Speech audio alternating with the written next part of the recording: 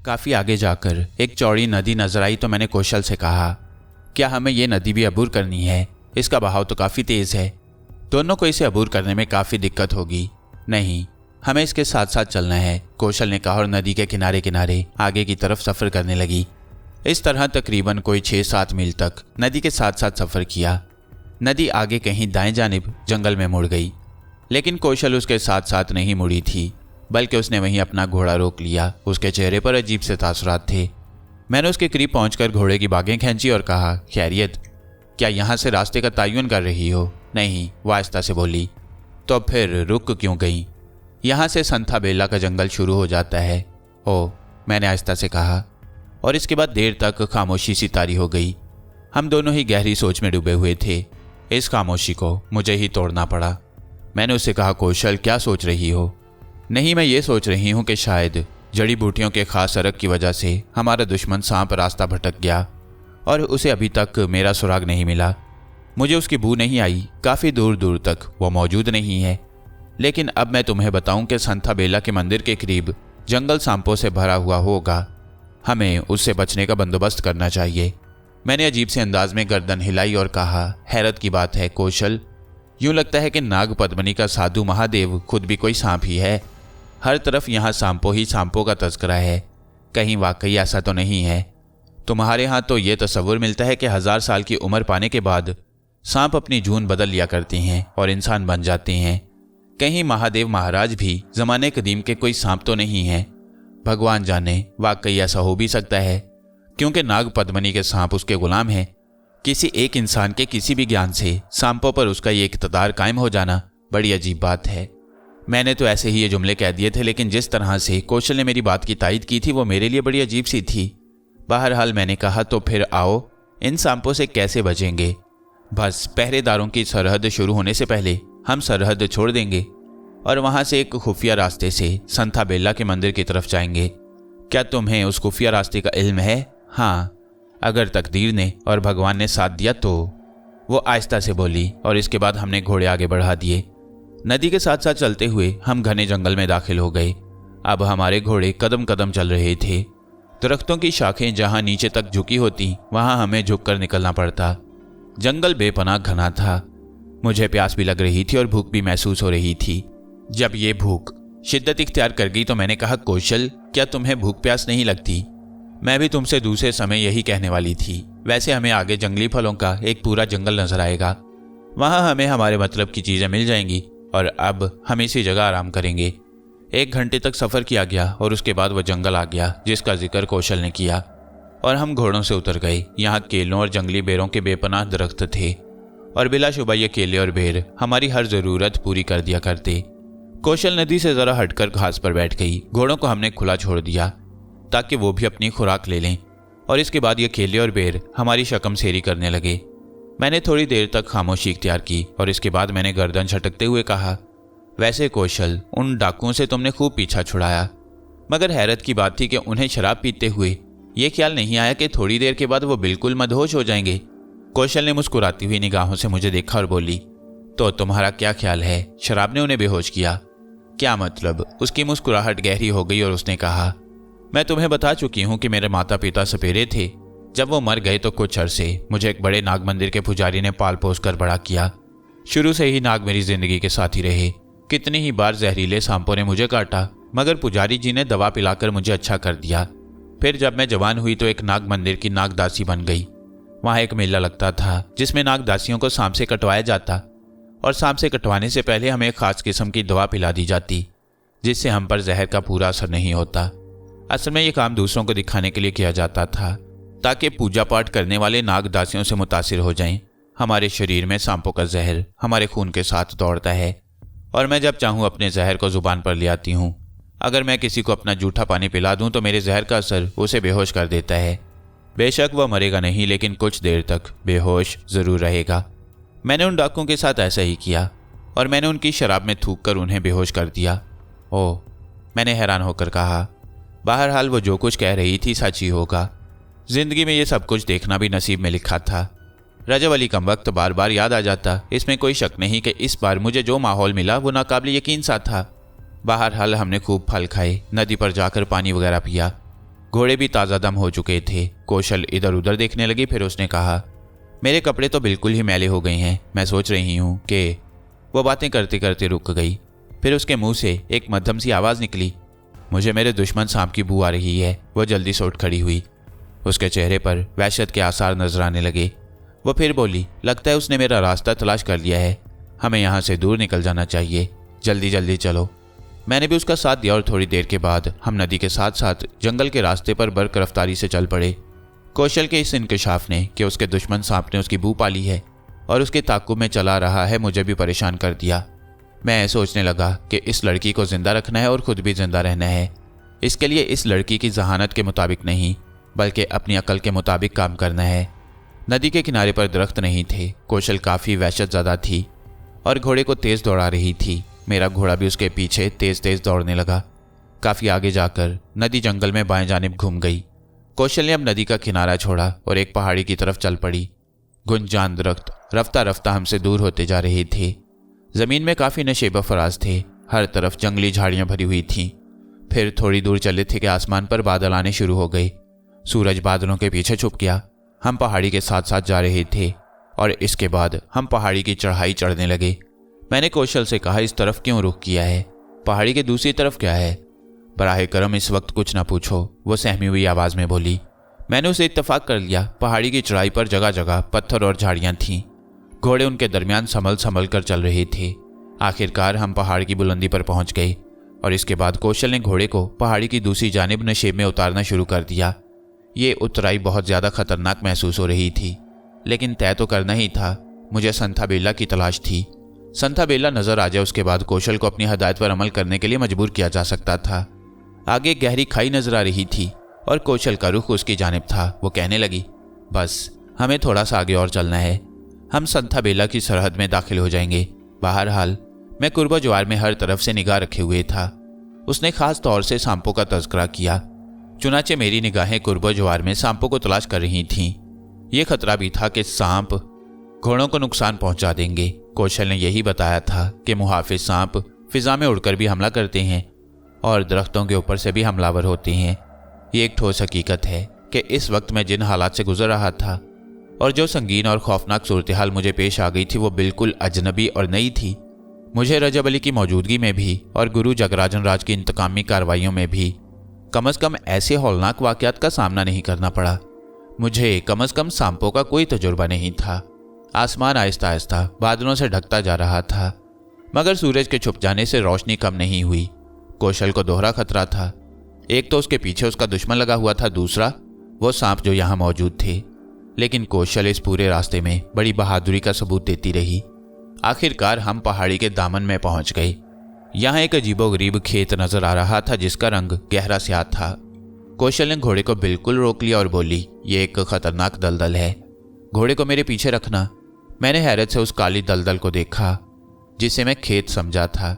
कमाल की बात है, उस कमबख्त महादेव ने क्या लंबा चक्कर चला रखा है।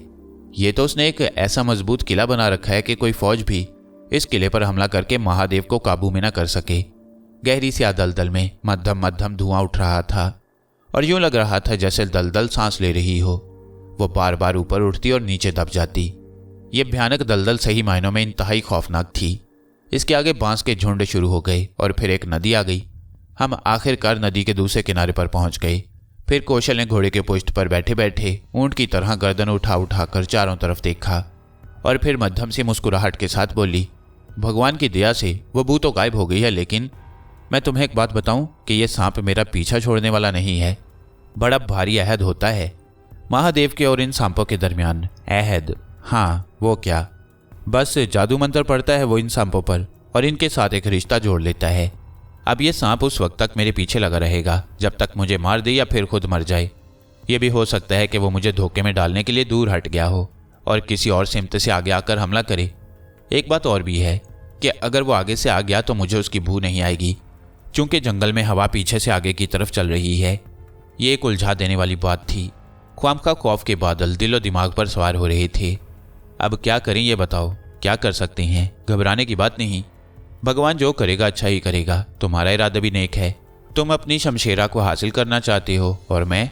हाँ तुम। मैंने सवाल किया तो कौशल खामोश हो गई। उसने कोई जवाब नहीं दिया।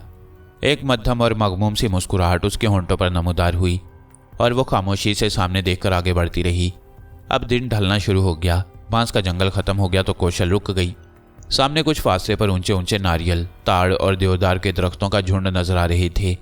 कौशल की निगाहें उन्हीं दरख्तों की तरफ देख रही थी। फिर उसने कहा, इन दरख्तों के दूसरी तरफ संथा बेला है। क्या ये दरख्त दूर तक फैले हुए हैं? काफी दूर तक, मगर हम जैसा कि तय कर चुके हैं एक खुफिया रास्ते से संथा बेला में दाखिल होंगे। हाँ, तुमने उसका तज़किरा किया था, गलत नहीं किया था। तुमने ये भी कहा था कि एक खुफिया रास्ता सांपों से महफूज होगा, काफी हद तक, लेकिन हमें फिर भी चौकस रहना पड़ेगा। चलें? हाँ चलो, वो बोली और इसके बाद हम आहिस्ता आहिस्ता आगे बढ़ने लगे। जरूरत से ज्यादा सोचना बेवकूफ़ी की अलामत है। लड़की के अंदाज से कितनी बार ये बात जाहिर हो चुकी थी कि वो मेरी कुर्बत चाहती है। इन तन्हा वीरानों में दिलो दिमाग का बहकना कोई मुश्किल बात नहीं। एक लम्हे अपने आप को आज़ाद छोड़ दिया जाए और जहन में ये तस्वुर कर लिया जाए कि ज़िंदगी चंद लम्हों की होती है। आने वाला वक्त हमारा गुलाम नहीं है, तो हम जो चाहेंगे वो हो जाएगा। बेहतर तो ये है कि अपनी पसंद की ज़िंदगी गुजारी जाए। लेकिन क्या करता जब तक शमशेरा मेरी ज़िंदगी से दूर है, बस एक ख्वाबो ख्याल की हैसियत रखती थी। मुझे कोई परवाह नहीं थी, लेकिन इस वक्त भी ना जाने क्यों मेरा दिल भटकने को नहीं चाह रहा था। और बहुत कम ऐसे मौके आए थे जो मैंने कोई गलत कदम उठाया हो। पता नहीं मेरी वजह से या किसी वजह से शमशेरा अजाब में गिरफ्तार हुई थी। वो तो ज़िंदगी का अजाब भुगत रही थी और मैं अपने तौर पर सैरो सियाहत का आगाज़ कर दूं, अपनी पसंद की लड़की को हासिल करने की जिद्दोजहद करूं, जो बिल्कुल एक पके हुए फल की तरह मेरी आगोश में आने के लिए तैयार है।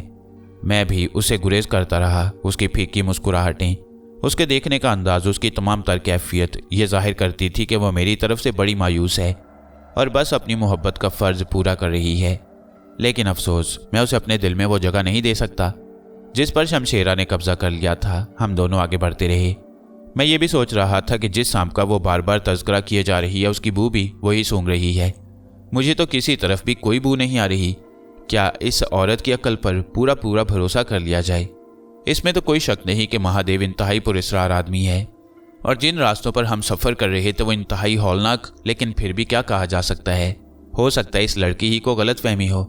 मैंने चलते चलते एक बार फिर इधर उधर नज़र दौड़ाई, जहां आबादी का नामो निशान नहीं था और हो भी नहीं सकता था। कोई पागल भी आकर ऐसी जगह आबाद होने की कोशिश नहीं कर सकता।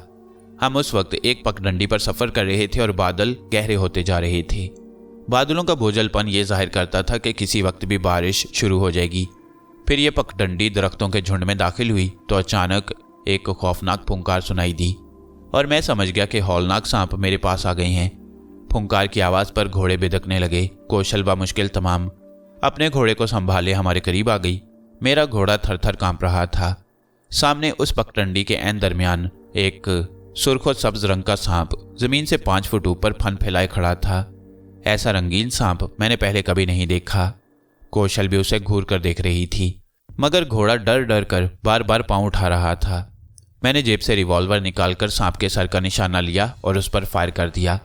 चूंकि रिवॉल्वर पर साइलेंसर लगा हुआ था, इसलिए धमाका तो ना हुआ। मेरा निशाना बेहद शानदार था। गोली ने सांप के सर के परखच्चे उड़ा दिए और कौशल चौंक कर मुझे देखने लगी। उसका मुंह हैरत से खुले का खुला रह गया।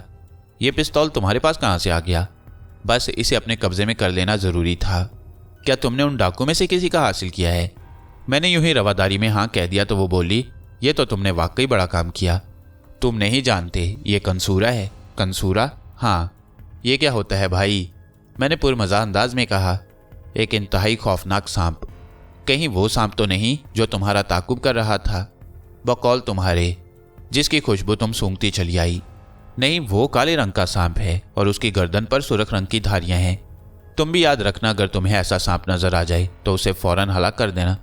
तुमने जिस तरह इस सांप को मारा है, उसने तो मेरा दिल बहुत बढ़ा दिया। ये संथा बेला का सबसे बड़ा मुहाफिज सांप था और इसके बारे में बड़ी बड़ी दास्तानें दुनिया भर में मशहूर हैं। चलो, अब तो इसका खात्मा हो गया। कमाल कर दिया तुमने, तुम्हारा निशाना इतना अच्छा है। मैं एक बात कहूँ, तुम मेरी आंखों के रास्ते दिल में उतरते जा रहे हो। पता नहीं कैसे भूलूंगी तुम्हें। एक ही तरकीब हो सकती है तुम्हें भूलने की। उसने रुक कर यह अंदाज़ा लगाया कि मैं कुछ बोलने की कोशिश करता हूँ या नहीं। मैं कुछ ना बोला तो वो बुड़बुड़ा कर खामोश हो गई। घोड़े आहिस्ता आहिस्ता दूसरी तरफ चल पड़े। सांप के मर जाने के बाद घोड़ों का हौसला भी बढ़ गया, लेकिन अब जंगल के अंदर जाने की बजाय जंगल के किनारे किनारे जो दरख्त थे उनसे गुजरकर जुनूब की तरफ जा रहे थे। मैंने कौशल से कहा, कौशल, जिस खुफिया रास्ते का तुमने तज़किरा किया है वो कहाँ है? बस एक मुश्किल है, वो जंगल के अंदर से ही गुजरता है। और वो मंदिर कहाँ है? यानी संथा बेला का मंदिर। क्यों पूछ रहे हो? इसलिए कि अब दरख्तों के सिवा कुछ नहीं दिखाई देता। इस जंगल के दरमियान में पत्थर की चारदीवारी है और वह मंदिर उस चारदीवारी के अंदर ही बनाया गया है। मंदिर में पूजा वगैरह भी होती है। वहाँ क्या होता है ये तुम्हें देखने से ही पता चलेगा। वहाँ ऐसे ऐसे जादू भरे काम होते हैं कि तुम सुनोगे तो तुम्हारे रोंगटे खड़े हो जाएंगे। एक बात बताओ, क्या शमशेरा जिंदा होगी? मेरा ख्याल है जिंदा होगी। कैसे कह सकती हो? इसलिए कि वो महादेव की पसंद है। मगर महादेव ने उसे यहाँ क्यों भेज दिया? एक खास रस्म अदा करने के लिए। क्या मतलब? तुम हर बार एक नई हकीकत का इजहार करती हो। वो खास रस्म होती है। आखिर क्या? ये मैं तुम्हें नहीं बताऊंगी। क्यों? बस पाबंदी होती है चंद चीज़ों की। मगर शमशेरा, वो जिंदा होगी और तुम इत्मीनान रखो, हम उसे निकाल कर अपने साथ ले जाएंगे। बहरहाल मैं ठंडी सांस लेकर खामोश हो गया।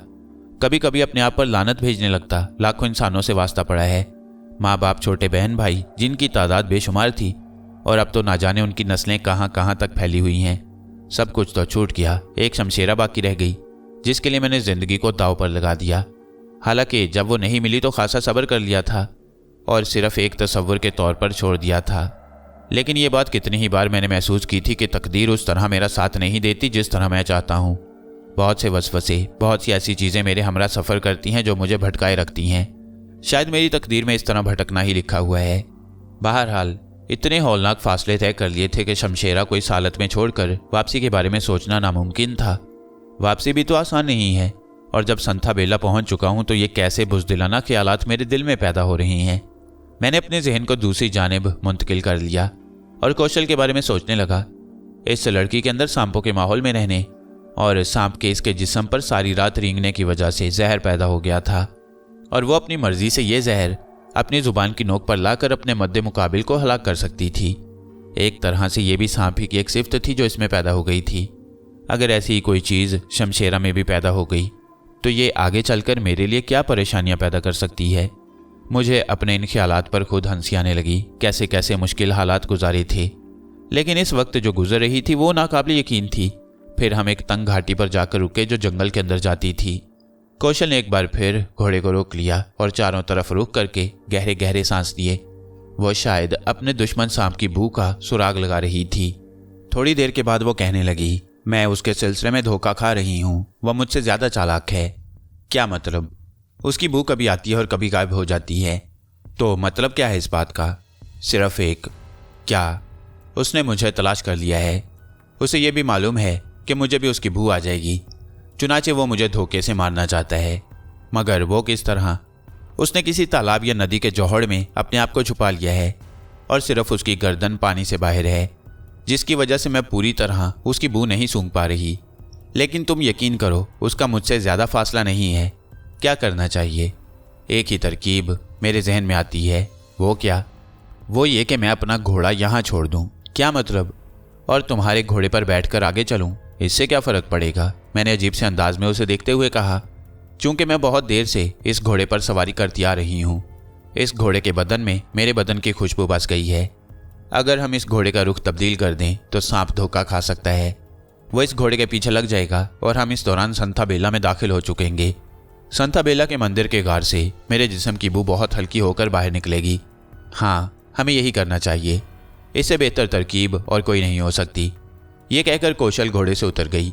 इसके बाद उसने अपने घोड़े को तो आज़ाद करके एक तरफ हाँक दिया और खुद मेरे घोड़े पर आकर बैठ गई। घोड़ा आहिस्ता आहिस्ता घाटी में उतरने लगा। घाटी में झाड़ झनकार उगे हुए थे, उसके दोनों किनारे उठे हुए थे। घोड़ा उन झाड़ियों में दाखिल होने से ज़रा सा कतरा रहा था, क्योंकि जानवर खतरनाक चीज़ों को ज़्यादा बेहतर तौर पर महसूस कर लिया करते हैं। इसलिए घोड़ा सांपों की मौजूदगी से वाकिफ़ हो गया। लेकिन शुक्र था कि अभी तक हमें किसी खतरनाक सूरत हाल का सामना नहीं करना पड़ा। फिर काफ़ी आगे जाकर घाटी ख़त्म हो गई और हमवार ज़मीन आ गई। यहाँ दरख्त एक दूसरे में फंसे हुए थे और घोड़ा आगे नहीं बढ़ सकता था। वो हिचकिचाक कर रुक गया तो कौशल ने कहा, यह घोड़ा भी छोड़ना पड़ेगा। मुझे खुद भी अंदाज़ा हो रहा था ये अंधा सफ़र मेरे लिए बड़ी अजीबोगरीब अहमियत का हामिल था। लेकिन मैंने भी दिल में तय कर लिया था कि अब जो कुछ भी होगा देखा जाएगा। हम दोनों दरख्तों के दरमियान घनी झाड़ियों और घास में हाथों से रास्ता बनाते हुए आगे बढ़ रहे थे।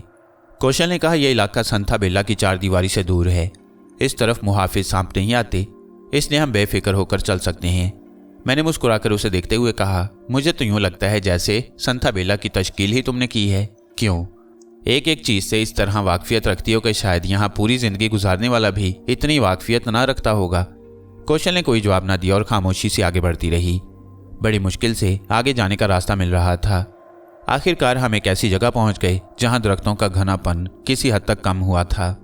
इस इलाके में काले से रंग की चट्टानें जमीन से निकलकर एक दूसरे पर चढ़ी हुई थीं। कौशल यहाँ 2 कदम आगे जाकर जरा सा रुकी और झुककर चट्टानों को गौर से देखने लगी। मैं बुरी तरह थक गया था। आखिरकार वो एक स्याह चट्टान के पीछे चली गई और थोड़ी देर के बाद मेरी निगाहों से ओझल हो गई। कोई 10 मिनट के बाद वो वापस आई और मुझे इशारे से बुलाया। जब मैं उसके पास पहुंचा तो वो बोली, वो खुफिया गार मुझे मिल गया है जिसमें हमें जाना है। वो गार काफी लंबा है, तुम उसमें से गुजरते हुए घबराओगे तो नहीं? मैं एक गहरी सांस लेकर हंसने लगा, फिर बोला, पता नहीं। नहीं, मैं इसलिए कह रही हूँ कि गार बड़ा खौफनाक होगा। उसमें मोटे मोटे जाले लटक रहे होंगे, कीड़े मकोड़े भी होंगे और अंधेरा भी होगा। ठीक, और चलें? चलो, मैंने कहा। गार का धाना चट्टान की दूसरी तरफ था, जिसको जंगली झाड़ियों वाले बड़े बड़े पत्तों ने ढांक रखा था। कौशल ने झाड़ियों को परे हटाया तो गार का धाना नजर आ गया और हम दोनों उस गार में दाखिल हो गए। कौशल का कहना बिल्कुल दुरुस्त था। गार में घुप अंधेरा था और एक इंतहाई नागवार बदबू फैली हुई थी। गार की छत शायद ज्यादा ऊंची थी क्योंकि हमारे सर उसे नहीं लग रहे थे। हाँ, मोटे मोटे जाले आगे जरूर आ जाते जो बड़े गलीज लग रहे थे और जिनको हाथों से हटाना भी अजीब था। हाथ चिपक से जाते। जमीन पर बजरी और मोटी मोटी कंकरियां बिछी हुई थी। मैंने यूं ही अंदाजा लगाने के लिए बाजू फैलाए तो एक तरफ मेरा बाजू दीवार से लग गया, दूसरी तरफ अलबत्ता दीवार नहीं थी। मतलब ये कि गार या ये सुरंग या जो कुछ भी इसे कह लिया जाए खासी चौड़ी थी। दीवार का सहारा लेकर मैं आहिस्ता आहिस्ता कदम उठाता हुआ चल रहा था। कभी कभी हल्की सी हिचकिचाहट होती तो कौशल मेरे बदन से टकरा जाती। उसने कहा, वैसे गार की जमीन हमवार है, इसमें कोई गड्ढा वगैरह नहीं है। अब तुम फिर ये बात कहोगे कि मैं तो यहाँ की हर चीज़ के बारे में जानती हूँ। तो मैं तुम्हें एक बात बताऊं कि मुझे कई बार यहाँ से गुजरना पड़ा है। गार में सांप तो नहीं होंगे? मैंने सवाल किया। मज़े की बात है, इस गार में सांप नहीं आते। क्यों? तुम ये बदबू महसूस कर रहे हो यहाँ? हाँ, इसमें एक कड़वाहट है। बिल्कुल लग रही है, मैंने तस्दीक की। सांप इससे घबराते हैं। इससे तो एक और भी फ़ायदा हो सकता है, मैंने कहा। वो क्या? वो सांप जो तुम्हारा पीछा कर रहा है वो भी इस गार में नहीं आएगा। बिल्कुल ठीक कहा, मैंने अभी अभी ये बात सोची है। सांप इस गार में नहीं आते और अगर हमें ज़रूरत पड़ी तो हम इस गार में अपना ठिकाना बनाएंगे। क्या मतलब है? यानी तुम इस गार में रहोगी? तो और क्या? तुम्हारा क्या ख्याल है, हम इसे निकलकर सीधा संथा बेला के मंदिर में पहुंच जाएंगे और शमशेरा बिल्कुल तन्हा बैठी होगी जिसे लेकर हम वापस आ जाएंगे। मैं तुम्हें ये बात अच्छी तरह समझा दूं कि सिर्फ मुहाफिज सांप ही नहीं बल्कि वो उन हट्टे कट्टे पुजारियों के पहरे में भी होगी जो दिन रात उस मंदिर में रहा करते हैं। उसे यहाँ से निकालने के लिए हमें बड़ी शदीद जिद्दोजहद करना पड़ेगी। करेंगे करेंगे, मैंने अपने रिवॉल्वर को चेक करते हुए कहा और दिल में सोचा कि उन पुजारियों को बड़े बुरे वक्तों से गुजरना होगा। मैं आकिल रफ़ीक, जो बड़े बड़े 30 मार खानों को नाकों चने चबवा चुका हूँ, यहाँ हार नहीं मानूंगा। जागराजन राज जैसा शैतान सिफ्त आदमी मेरी वजह से बहुत से मंसूबों से तायब हो चुका है। वो तो उसकी किस्मत अच्छी थी कि मेरे हाथ से बच गया। तो फिर ये महादेव क्या चीज़ है? यहाँ इन तमाम पुजारियों को ठिकाने लगाकर मैं आखिरकार शमशेरा को निकाल कर ले जाऊंगा। बस ज़रा ये जहरीले सांप मेरे लिए बाइसे तशवीश थे, जिनका अभी तक मुझे कोई तजुर्बा नहीं था। बहरहाल ये एडवेंचर भी मेरी ज़िंदगी का एक बड़ा हिस्सा था। इससे पहले भी दर्जनों बार अपने किसी मिशन की तकमील के लिए मुझे ज़िंदगी को मौत के करीब लाना पड़ा, लेकिन ज़िंदगी ने मौत पर फतह पाई और मैं अभी तक मौजूद था। इन तमाम सोचों ने मेरे अंदर बड़ा हौसला पैदा किया। हम गार के घुप अंधेरे में फूंक फूंक कर कदम उठा रहे थे। अंधेरा इतना ज्यादा था कि यहाँ हाथ को हाथ सुझाई ना देने वाला मुहावरा बिल्कुल सादिक आता था। कौशल मेरे करीब करीब चल रही थी, लेकिन वो भी मुझे नजर नहीं आ रही थी। अचानक कौशल ने मेरे कंधे पर हाथ रखा और बोली, घबरा तो नहीं रहे? तुम बार बार ये सवाल क्यों कर रही हो? इसलिए मैं चाहती हूँ कि तुम्हें कोई तकलीफ ना हो। नहीं, मुझे कोई तकलीफ नहीं है, चलो, मैंने कहा। और इसके बाद फिर हम आगे बढ़ गए। ना जाने कितना लंबा फासला तय करना पड़ा। फेफड़े फटने लगे थे कि बहुत दूर रोशनी का एक छोटा सा नुक्ता नजर आया। तो मैंने कहा, वो रोशनी? हाँ, हम गार के दूसरे सिरे तक पहुंचने वाले हैं, कौशल ने कहा। रोशनी का नुक्ता आहिस्ता आहिस्ता फैलने लगा और फिर मध्यम मध्यम सी रोशनी तेज होने लगी। कौशल के बदन का खाका अंधेरे में उभरता दिखाई दिया और इसके अलावा हल्की हल्की हवा भी फिजा में शामिल होने लगी। यहाँ तक कि हम गार के दूसरे सिरे पर पहुंच गए। गार का ये दूसरा धाना ज्यादा फराक नहीं था और यहाँ भी गार के धाने को झाड़ियों ने आधे से ज्यादा करीब ढांप रखा था। दिन खासा ढल चुका था और बादलों की वजह से बाहर ज्यादा रोशनी नहीं थी। हम धाने के करीब बैठ गए। कौशल भी गहरे गहरे सांस ले रही थी। जाहिर है इंसान ही थी। अब हमें शाम तक यहाँ रुकना होगा, उसके बाद आगे जाऊंगी। क्या मतलब? तुमने मैं का लफ्ज़ क्यों इस्तेमाल किया? मैंने सवाल किया। इसलिए कि मैं तन्हा जाऊंगी, तुम तो बड़ी आसानी से किसी सांप का शिकार बन जाओगे। लेकिन मैं सांपों की बू सूंघ सकती हूँ। लेकिन कौशल, नहीं नहीं, तुम खामोशी से यहाँ रुको। गार की बू सांपों को इधर नहीं आने देती। लेकिन अगर तुम गार से बाहर निकले तो तुम्हारे लिए खतरा होगा। वैसे संथा बेला यहाँ से कितने फासले पर है? ज्यादा दूर नहीं है। दरमियान में शमशान घाट आता है, उसके आगे संथा बेला का मंदिर है। शमशेरा यहीं होगी ना? तुम फिक्र क्यों करते हो? मैं उसके बारे में पूरा पता लगा कर आऊंगी और तुम्हें बताऊंगी। ये शमशान घाट क्या है? क्या यहाँ मुर्दे जलाए जाते हैं? भगवान जाने कहाँ क्या होता है। अब इतनी मालूमात नहीं है मुझे। वैसे ये जगह बड़ी पुरस्कार है। मैंने पुरख्याल अंदाज में गर्दन हिलाई। कौशल ने कहा, तुम्हारी थकन दूर हो गई? कैसी थकन कौशल? जब जिंदगी की डोर ही उलझ जाए तो जिस्मानी थकन क्या हैसियत रखती है? तुम यहीं रुको, यहाँ तो महफूज हो। मैं जो कुछ कह रही हूँ उस पर पूरी तरह ध्यान रखना। बाहर मत निकलना, मुझे प्यास लगी है और ये बड़ा परेशान कर रही है। वो 1 सेकंड सोचती रही, फिर बोली, तुम यहाँ ठहरो, मैं कुछ कोशिश करती हूँ। अच्छा, मैं जा रही हूँ, मेरी हदायत पर अमल करना। वो गार के धाने से बाहर निकल गई। शाम का अंधेरा गहरा होता जा रहा था। बाहर जंगली दरख्त एक दूसरे पर चढ़े हुए लगते थे और रात के फैलते अंधेरे में भी मजीद तारीकी बढ़ती जा रही थी। हैरत की बात यह थी कि यहाँ किसी परिंदे के बोलने की आवाज़ नहीं आ रही थी। अजीब तरह के आसेबी दरख्त थे। जंगल पर कब्रिस्तान जैसा सुकून तारी था। मैं शमशेरा के बारे में सोचने लगा। बेचारी को कैसी कैसी मुसीबतों का सामना करना पड़ रहा है। जिंदगी में शायद इसने सुख इन चंद दिनों में देखा है जब से वो मेरे पास थी। बहुत देर तक मैं उसके बारे में सोचता रहा। हकीकत यह है कि फितरत का अंदाज ही बदल गया था। इससे पहले बेशुमार बातों के बारे में सोचा था। बहुत सी लड़कियां मेरी ज़िंदगी में आईं और उनके साथ अजीबोगरीब रिश्ते और राब्ते रहे। लेकिन जहनी तौर पर मैंने कभी किसी को अपने आप पर इस तरह मुसल्लत नहीं किया कि वो मेरी आंखों में आंसू बन जाए। मगर शमशेरा में पता नहीं क्या ऐसी खूबी थी कि वो मेरे दिल का दर्द बन गई। ये भी इंसान की एक बहुत बड़ी कमज़ोरी है। आसमानों में परवाज़ करने लगे लेकिन दिल की दुनिया से गुजरना उसके बस की बात नहीं। थोड़ी देर के बाद कौशल वापस आ गई। उसने दोनों हाथों में कुछ पकड़ रखा था। करीब आई तो मैंने देखा कि उसने केले के एक बड़े पत्ते का प्याला सा बना रखा है। उसमें पानी भरा हुआ है। साथ ही उसके लिबास में कुछ जंगली फल भी थे। उसने पानी का बर्तन मेरे हाथ में दिया और बोली, लो पानी पी लो। और ये जंगली फल बिल्कुल साफ़ सुथरे हैं। मैंने अंदाज़ा लगा लिया है कि इनमें किसी तरह की जहर की आमेजिश नहीं। तुम इन्हें आसानी से खा सकते हो। मैं जा रही हूँ। ख्याल रखना जो कुछ मैंने कहा है उस पर अमल एक तरह से मेरी मदद है, वरना मैं खुद भी मुसीबत में गिरफ्तार हो जाऊंगी। तुम यहाँ से निकलना नहीं। वो चली गई। भूख और प्यास इस शिद्दत से हमलावर थी कि फल खाने में मसरूफ़ हो गया। अच्छे खासे खट्टे मीठे फल थे, पानी भी था। थोड़ी देर के बाद मेरा ये मसला हल हो गया। रात का अंधेरा पूरी तरह छाता जा रहा था। जंगल की खामोशी और ज़्यादा गहरी हो गई और इस दौरान मुझे कुर्बो-जवार में दूर दूर तक सांप की फुंकार नहीं सुनाई दी। लेकिन मच्छर यहाँ काफ़ी थे और मुझे बार बार जगह बदलनी पड़ रही थी। आसमान पर बादल थे मगर हवा बंद थी। हो सकता है बारिश शुरू हो जाए। वक्त का कोई अंदाज़ा ही नहीं हो पा रहा था। रात आहिस्ता आहिस्ता गुजरती रही। अब ऐसे हालात में नींद तो खैर क्या ही आ सकती थी। जागता रहा, मच्छरों को मारता रहा, चींटियों को मसलता रहा और रात आहिस्ता आहिस्ता आगे बढ़ने लगी। कौशल को गए ना जाने कितनी देर हो गई। गार के धाने की तारीकी अब जंगल की तारीकी में घुल मिल गई। कई बार मच्छरों से तंग आकर सोचा कि गार से बाहर निकलूं, कम से कम बाहर खुली फिजा तो होगी।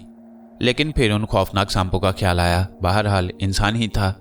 अब यह तो मुमकिन नहीं था कि जादू के जोर से माहौल को अपने काबू में कर लूं। फिर तकरीबन आधी रात गुजरी थी कि बाहर कदमों की आवाज़ सुनाई दी और मैंने सांस रोक लिया। हर खतरे को जहन में रखना था। मैंने अपना रिवॉल्वर हाथ में निकाल लिया और फिर मुझे कौशल की आवाज़ सुनाई दी, मैं हूँ, क्या तुम सो रहे हो? नहीं कौशल, जाग रहा हूँ। कौशल अंदर आ गई। मैं बेचैनी से उसके बोलने का मुंतजिर था। वो गहरी गहरी सांसें लेने लगी, फिर बोली, खुशखबरी है तुम्हारे लिए, शमशेरा जिंदा है। मेरे दिल में शिद्दत से एक लहर सी नमूदार हुई और मैंने बेख्तियार अंधेरे में कौशल को अपने बाजुओं की गिरफ्त में लेते हुए कहा, कहाँ है वो? कुछ पता चला उसका? कौशल मेरी इस गिरफ्त से कुछ बेख्तियार सी हो गई। उसका बदन ढीला पड़ने लगा। मैंने जल्दी से उसे छोड़ दिया। वो कुछ लम्हे रुकी, शायद अपने जज्बात को संभालने की कोशिश कर रही थी। फिर उसने कहा, वो महफूज है, लेकिन एक ऐसी जगह है जहां पहुंचना आसान नहीं है। वो जहां भी है मैं उसे हासिल करके ही दम लूंगा कौशल, तुम बेफिक्र रहो। संथा बेला के पुजारी सुपेरों ने शमशेरा को तिलिस्मी जाल में जकड़ रखा है। वो उस पर कोई अमल कर रही हैं, मगर मैं तुम्हें एक बात बताते हुए बड़ी झिझक रही हूं। देखो कौशल, तुम्हें मेरी जज्बाती कैफियत का अंदाजा है। मैं इस वक्त किस हाल में हूं तुम तसव्वुर नहीं कर सकती। मुझे बताओ क्या बात है। असल में उस पर जो जादू मंत्र पड़े गए हैं और जिस तरह उसे नागों के बीच रखकर नागों की रस्में पूरी की गई हैं, इससे उसके अंदर नागिनों जैसी खसलतें पैदा हो गई हैं। शमशेरा के अंदर। हाँ, तुम कहना क्या चाहती हो, खुलकर कहो। अगर मैं तुमसे ये कहूँ कि तुम्हारी बीवी अब आधी नागिन है, तो क्या तुम इस बात पर यकीन कर लोगे? हालांकि वो अभी पूरी नागिन नहीं बन पाई, लेकिन वो लोग कोशिश कर रहे हैं कि वो औरत से नागिन बन जाए। पुजारी सुपेरों ने उस पर जो नाग जादू किया है, उसके असर से शायद कुछ वक्त गुजरने के बाद मुकम्मल नागिन बन जाए। तुमने इच्छाधारी अमल के बारे में सुना होगा। हाँ, कुछ, मैंने डूबती आवाज में कहा। जानते हो क्या होता है वो? मैंने बस ये सुना है कि 1000 साल की उम्र पूरी करने के बाद सांपों में ये कुव्वत पैदा हो जाती है कि वो अपनी पसंद का जिस्म हासिल कर लेती हैं। ये जादू मंत्रों का देश है। ख़ास तौर से संथा बेला तो तुम ये समझ लो कि एक तरह से जादू नगरी है, और उस जादू नगरी में जो कुछ हो जाए कम है। वो लोग उसे मुकम्मल तौर पर सांप बना रहे हैं। जिस तरह एक सांप इंसान बन सकता है, उसी तरह इन जादू मंत्रों के ज़ेरे असर एक इंसान भी सांप बन सकता है। और महादेव शैतान का चेला है। शैतान के इशारे पर वो ये सारा काम कर रहा है, और इम्कान है कि वो इसमें कामयाब हो जाएगा। तो क्या उसने पहली बार ये अमल किया है? हाँ, पता नहीं क्यों एक मुसलमान लड़की को वो औरत से नागिन बनाने की कोशिश कर रहा है। एक बात कहूँ तुमसे कौशल, मेरे अंदर ईमान बेदार हो गया। रात की तारीकी में उसे ये अंदाज़ा तो नहीं हो पा रहा था, लेकिन यह अंदाज़ा ज़रूर था कि कौशल मेरी तरफ देख रही है। वो मेरे आगे बोलने का इंतज़ार कर रही थी। मैंने कहा, वो एक मुसलमान लड़की है, और हम मुसलमान जब बेदार होते हैं तो पैदाइश के फ़ौरन बाद हम मुसलमानों के कानों में अजान कही जाती है। लोग उस अजान को बेमकसद समझते हैं, लेकिन हर मुसलमान का ईमान है कि ये अजान बेमकसद नहीं होती। वो अजान बराह रास्त उस मासूम रूह में उतर जाती है जो दुनिया की बुराइयों से बहुत दूर होती है। दुनिया की बुराइयां तो उसके बाद शुरू होती हैं, जब इंसान ज़िंदगी के लिए एक कदम आगे बढ़ाता है। वो लोग कितना ही जादू मंत्र कर लें उस पर, वो मुसलमान लड़की नागिन नहीं बन सकती। ये मेरा ईमान है, और अगर ऐसा हुआ तो मैं जानता हूँ कि मेरे ईमान में खामी पैदा हो जाएगी। ऐसा हो नहीं सकता। इतना मान है अपने धर्म पर। धर्म ही तो जीवन है कौशल। धर्म नहीं है तो जीवन नहीं है। तुम इन तमाम बातों को छोड़ो और ये बताओ कि वहाँ तक पहुँचने का क्या जरिया हो सकता है। मैं परेशान हूँ, कौशल ने एक सिसकी से लेकर कहा, और मैं सवालिया नज़रों से उसे देखने लगा तो वो बोली, वहाँ का रास्ता बड़ा कठिन है। रास्ते में कदम कदम पर बहुत जहरीले नाग पहरा दे रहे हैं। तुम वहाँ तक नहीं पहुँच पाओगे। अब तुम मुझे मायूस कर रही हो कौशल, यहाँ तक लाकर तुम मुझे मायूस कर रही हो। भगवान की सौगंध, ऐसी बात नहीं है। मेरे बारे में किसी गलत फहमी का शिकार मत होना। ये मत सोचना कि मैं जो तुम्हें ये बातें बता रही हूँ इसलिए बता रही हूँ कि तुम शमशेरा को भूल कर मुझे स्वीकार कर लो। नहीं, ऐसा होता तो मैं वहीं कोई चाल चल देती और तुम्हें यहाँ तक नहीं आने देती, कौशल ने कहा, और मैं उसके अल्फाज में सदाकत तलाश करने लगा। वो सच कह रही थी, या कौशल सच कह रही थी, लेकिन कोई हैरत अंगेज बात नहीं थी। जिंदगी के तजुर्बे में ऐसे बहुत से वाक़यात थे। ये लड़कियां होती ही बेवकूफ़ हैं, दिल के जाल में उलझकर सब कुछ खो बैठती हैं। कौशल के लिए मैं क्या कर सकता था? बहरहाल मुझे हर कीमत पर शमशेरा के हसूल की कोशिश करनी चाहिए। अचानक कौशल ने चौंक कर कहा, तुम मुसलमान हो ना? हाँ, क्यों?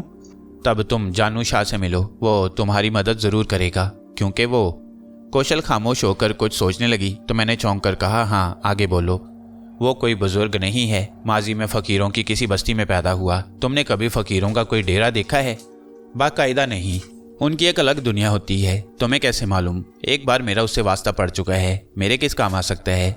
मेरे ख्याल में बहुत काम का आदमी है, एक बहुत अच्छे बुजुर्ग के साथ रहता है। मैं उससे मिल सकता हूँ। मैं तुम्हें वहाँ ले जाऊँगी क्योंकि वह मुझे अच्छी तरह जानता है। कौशल ने ठीक ही कहा था। जानू शाह एक खुश शक्ल जवान था और शायद अपने बीवी बच्चों के साथ रहता था।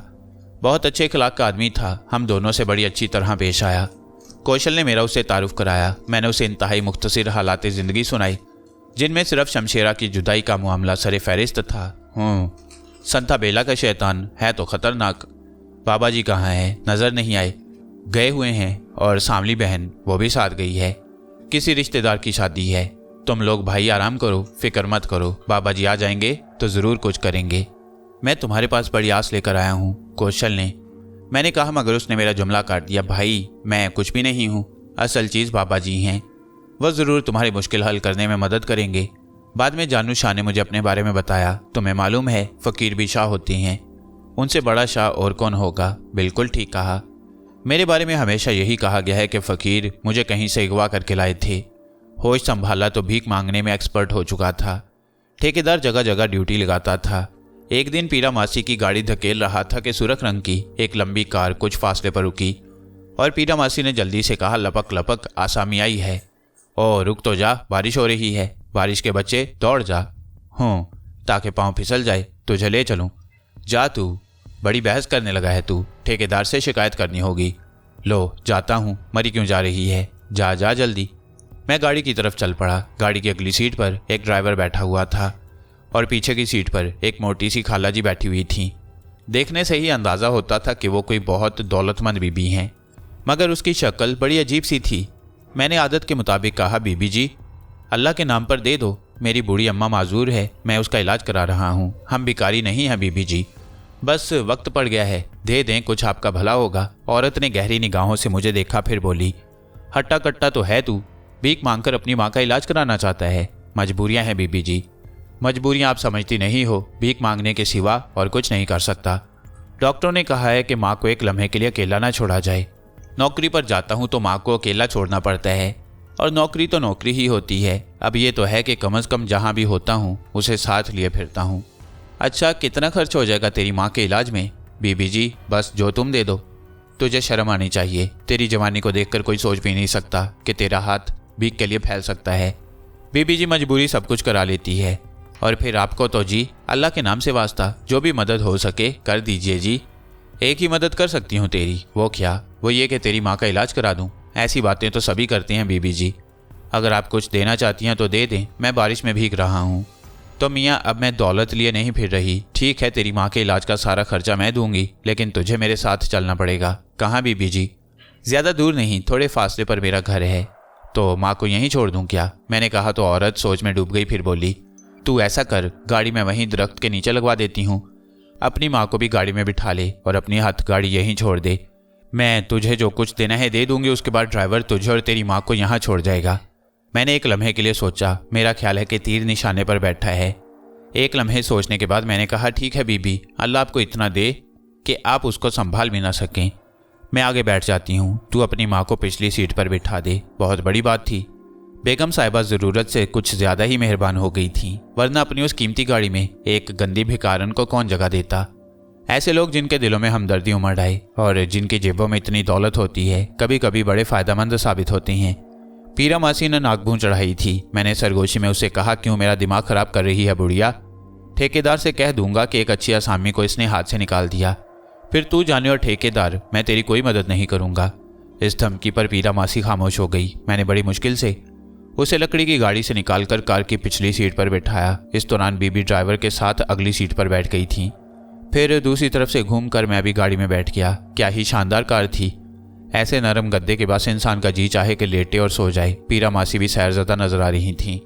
ड्राइवर ने कार स्टार्ट करके आगे बढ़ा दी। जिंदगी भर सड़कों पर दौड़ती हुई कारों को देखता रहा।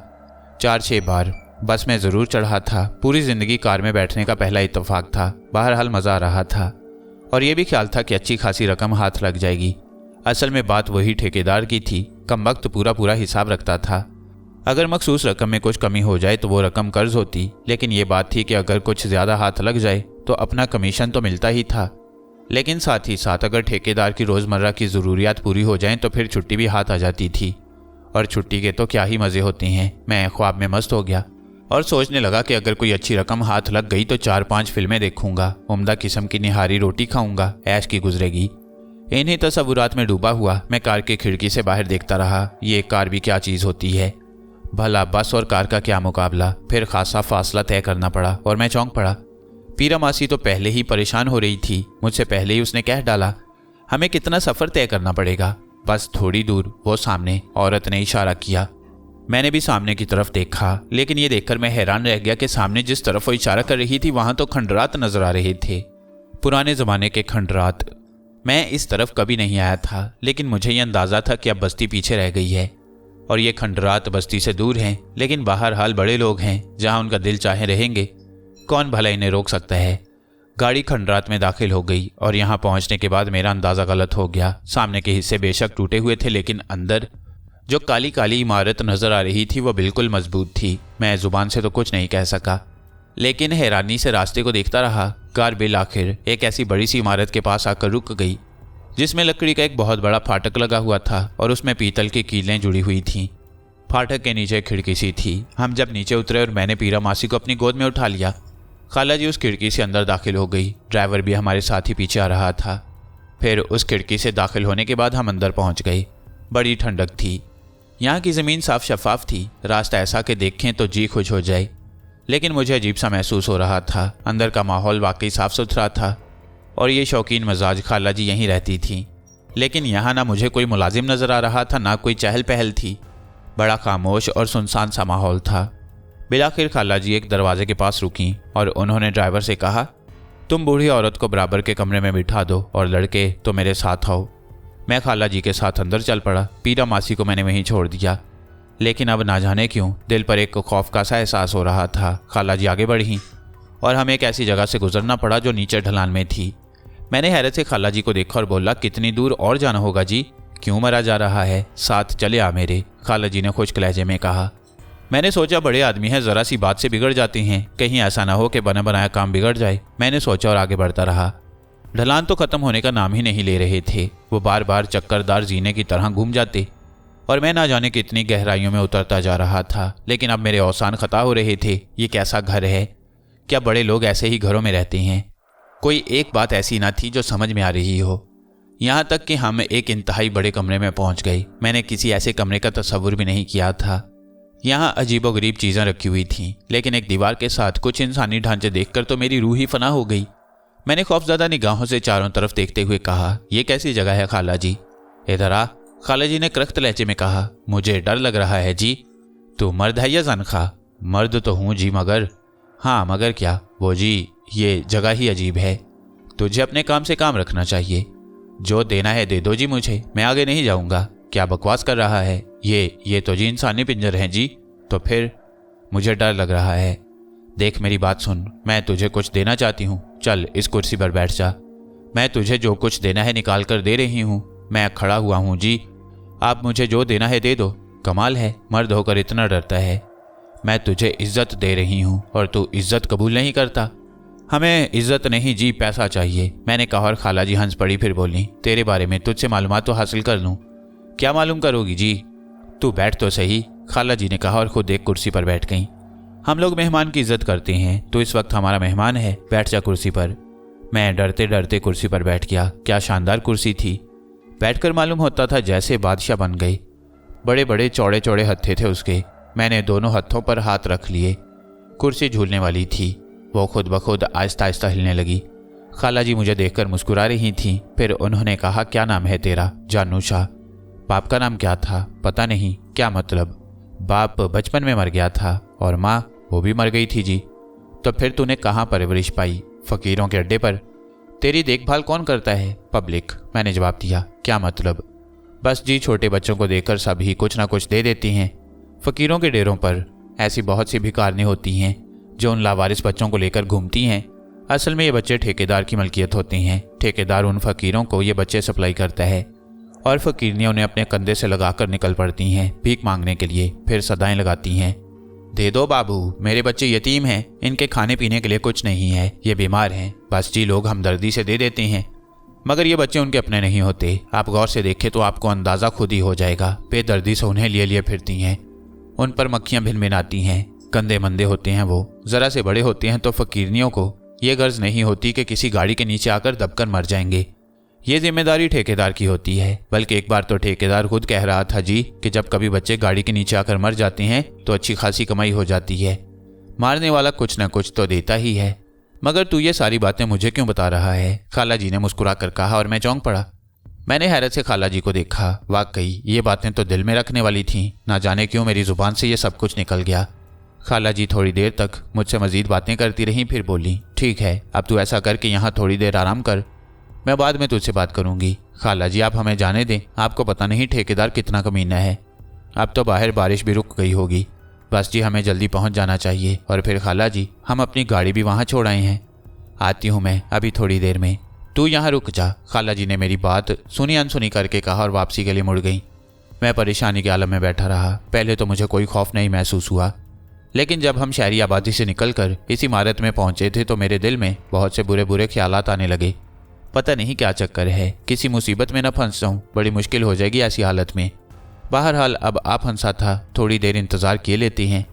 खाला जी उस जगह से बाहर निकल गईं और मैं कुर्सी पर बैठा चारों तरफ देखने लगा। एक बार फिर मेरी नज़र ढांचों पर पड़ी और मेरे रोंगटे खौफ से खड़े हो गए। आखिर ये ढांचे यहाँ क्यों रखे हुए हैं?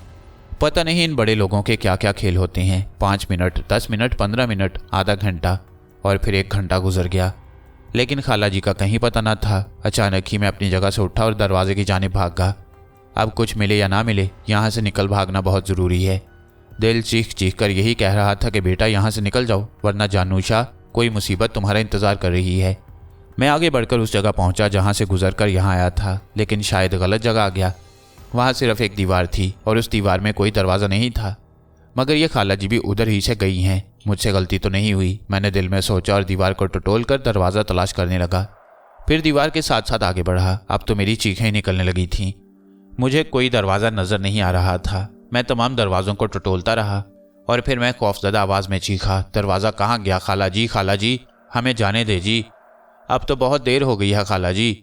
लेकिन मेरी चीखें कमरे में गूंज कर रह गईं। फिर अचानक ही मुझे हंसी की आवाज़ सुनाई दी और फिर मैं चौंक कर पीछे पलटा। ये आवाज़ किस तरफ से आई है? दरवाज़ा शायद उधर है, लेकिन यह देखकर मुझ पर कपकपी सी तारी होने लगी कि हंसने वाला उन ढांचों में से एक था। वह मुंह खोल खोल कर हंस रहा था। किसी ढांचे को मैंने पहली बार हंसते हुए देखा था। मेरी गिग्गी बन गई और खौफ से मैं दीवार से लग गया। ढांचा हंस रहा था, फिर दूसरे ढांचे ने भी हंसना शुरू कर दिया और इसके बाद सारे ढांचे हंसने लगे। उनके हंसने की आवाज़ें उस बड़े हॉलनुमा कमरे की दीवारों से टकरा टकरा कर गूंज रही थीं और खौफ से मेरा खून खुश्क हुए जा रहा था। मैंने हलक फाड़ कर चीखते हुए कहा, जाने दो, मुझे जाने दो। लेकिन मेरी आवाज़ सुनने वाला कोई ना था। मैं अब पागलों की तरह चारों तरफ भाग रहा था। ढांचे मुसलसल हंसते जा रहे थे और फिर अचानक वो खामोश हो गई। मैं अपनी जगह सिमटा खड़ा रहा। फिर ना जाने क्यों मुझे महसूस हुआ जैसे कमरे में धुंध सी भरती जा रही है। सफ़ेद सफ़ेद धुंध जैसा गहरा गाढ़ा धुआं आहिस्ता आहिस्ता पूरे कमरे में फैलता जा रहा था और मेरा खौफ से दम निकला जा रहा था। अगर मैं कोई बाहिम्मत नौजवान नहीं होता तो यकीनी तौर पर मेरा खौफ से दम ही निकल जाता, लेकिन दम तो मेरा अब भी निकल रहा था। मुझे यूं लग रहा था जैसे किसी ने मेरी गर्दन पकड़ ली हो, उसे दबा रहा हो। मेरी आंखें हलकों से बाहर निकलने लगीं।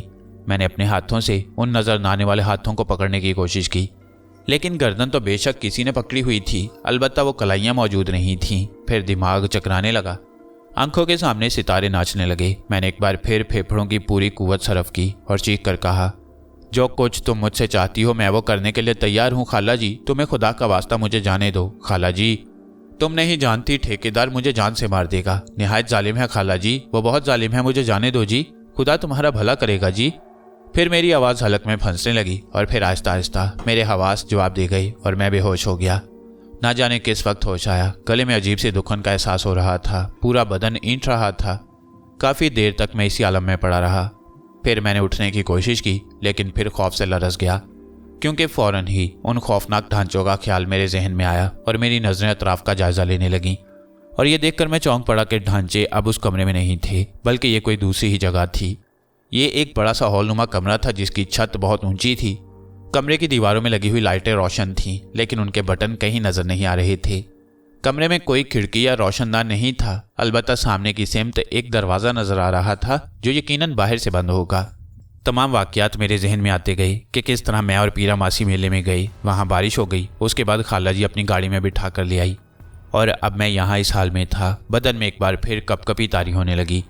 होशो-हवास दुरुस्त होने के साथ ही ठेकेदार का ख्याल आया, इस बार तो वो हमें जान से ही मार देगा। ना जाने कितनी देर हो गई थी हमें यहाँ। फिर मैं दरवाजे की तरफ बढ़ गया। मैं सिर्फ ये देखना चाहता था कि यह दरवाज़ा असली है या फिर यह भी गायब हो जाएगा। फिर मैंने दरवाजे को छूकर देखा। किसी उम्दा दरख्त की लकड़ी से बना हुआ दरवाज़ा था, जिस पर अजीब व गरीब नक्शो निगार बने हुए थे, लेकिन उसमें जदीद तर्ज का लॉक लगा हुआ था।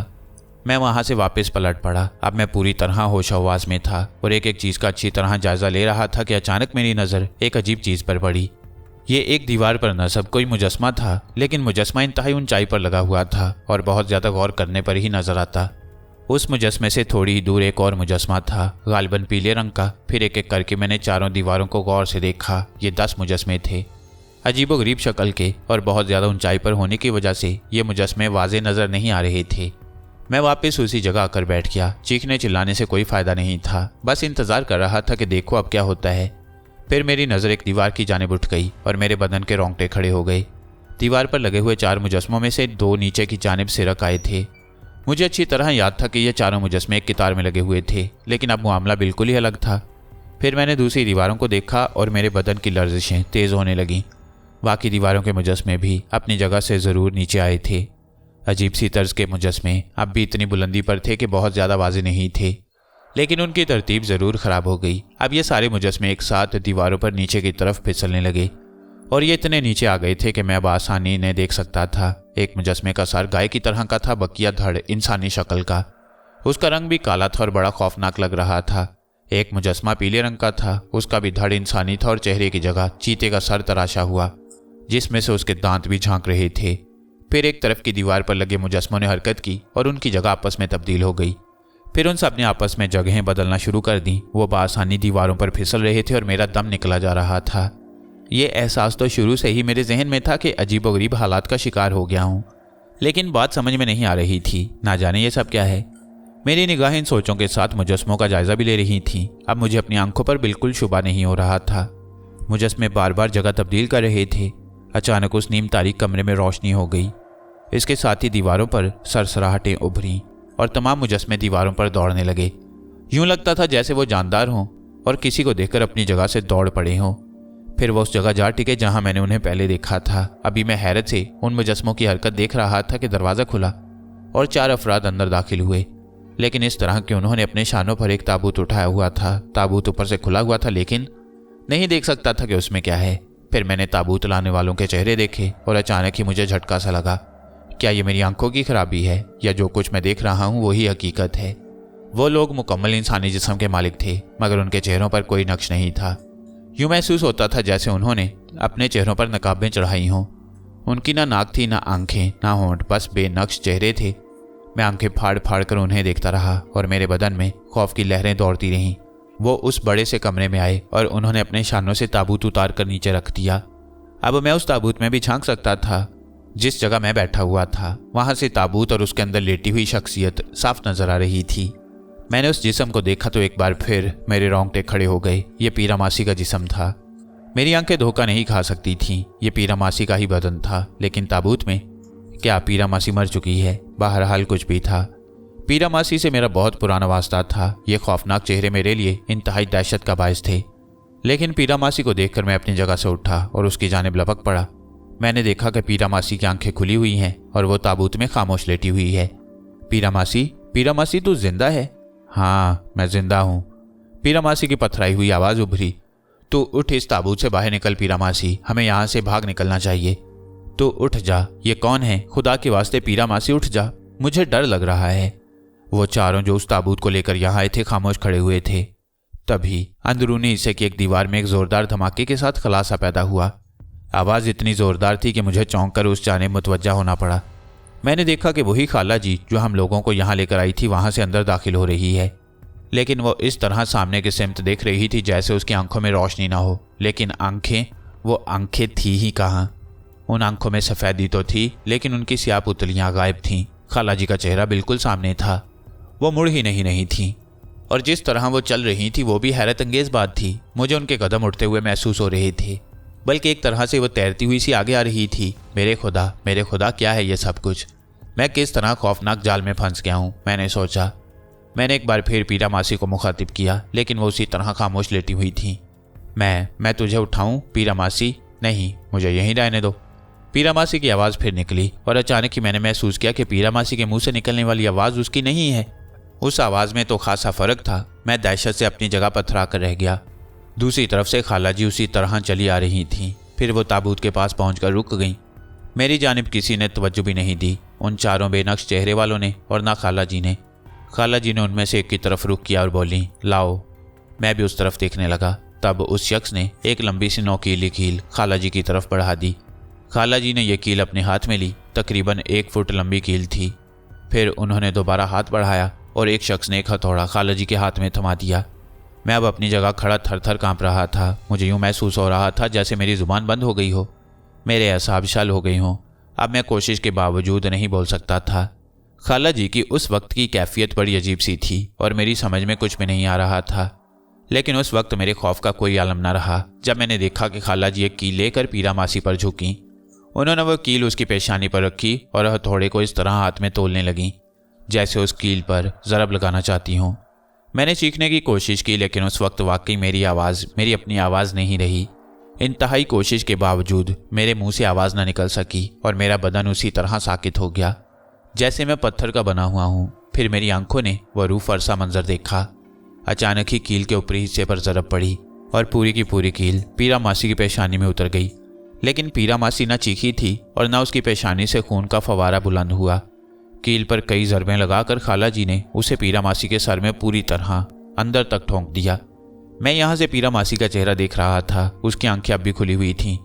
मैं चीखना चाहता था, उनसे कहना चाहता था कि पीरा मासी उठ जा, हम यहाँ से भाग चलें।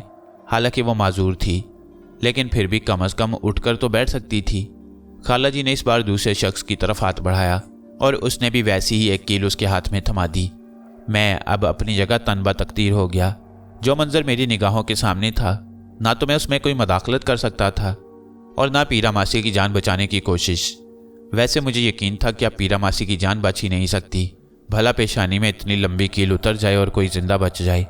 दूसरी कील खाला जी ने पीरा मासी के सीने पर रखी। बिल्कुल दरमियान में कील रखकर उन्होंने उसे भी पीरा मासी के सीने में उतार दिया। मैंने खौफ से आंखें बंद कर लीं। अब मुझसे कुछ नहीं देखा जा रहा था। मैं इस हौलनाक मंजर को अपनी आंखों से नहीं देखना चाहता था। फिर मुझे कीलों पर हथौड़ियां बजने की आवाज़ सुनाई देती रही। बमुश्किल तमाम मैंने आंखें खोली तो देखा कि पीरा मासी की पेशानी, सीने, दोनों हाथों की हथेलियों और पैरों में टखने के पास कीलें ठोंक दी गई थीं और खाला जी अब हथौड़ा उनमें से एक शख्स को वापस कर रही थीं। फिर उन्होंने उन चारों को इशारा किया और वो ताबूत लेकर वहाँ से चल पड़े। खाला जी वापस मुड़ी और उसी अंदाज में चलते हुए उस दीवार तक पहुंची जहाँ से वो इस कमरे में दाखिल हुई थीं। फिर मैंने देखा कि दीवार में ऐन उसी जगह खला नमूदार हुआ और देखते ही देखते खाला जी उस खला में दाखिल हो गईं और कुछ देर के बाद वहाँ कुछ ना था और दीवार अपनी पहले जैसी कैफियत में वापस आ गई। वो चारों आदमी भी ताबूत लेकर वापस चले गए और दरवाज़ा बाहर से बंद हो गया। पैदार पै खौफनाक वाक़यात ने दिमागी सलाहियतें छीन ली थीं। मैं काफ़ी देर तक इसी आलम में बैठा रहा। दिलो दिमाग की बड़ी अजीब सी कैफियत हो गई थी। क्या से क्या हो गया था, ना जाने वो कौन सी मनहूस घड़ी थी जब मैं और पीरा मासी मेले में गए थे और अब पीरा मासी मर गई थी।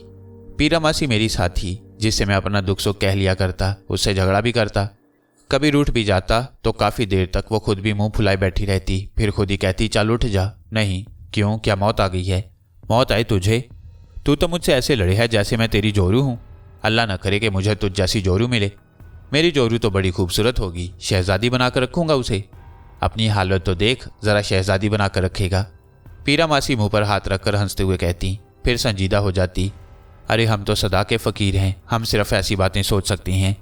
मेरी तो खैर ज़िंदगी बीत गई, लेकिन तुझे अगर मौका मिले तो भाग जाना किसी ऐसी जगह जहाँ तुझे ठेकेदार के आदमी तलाश ना कर सकें।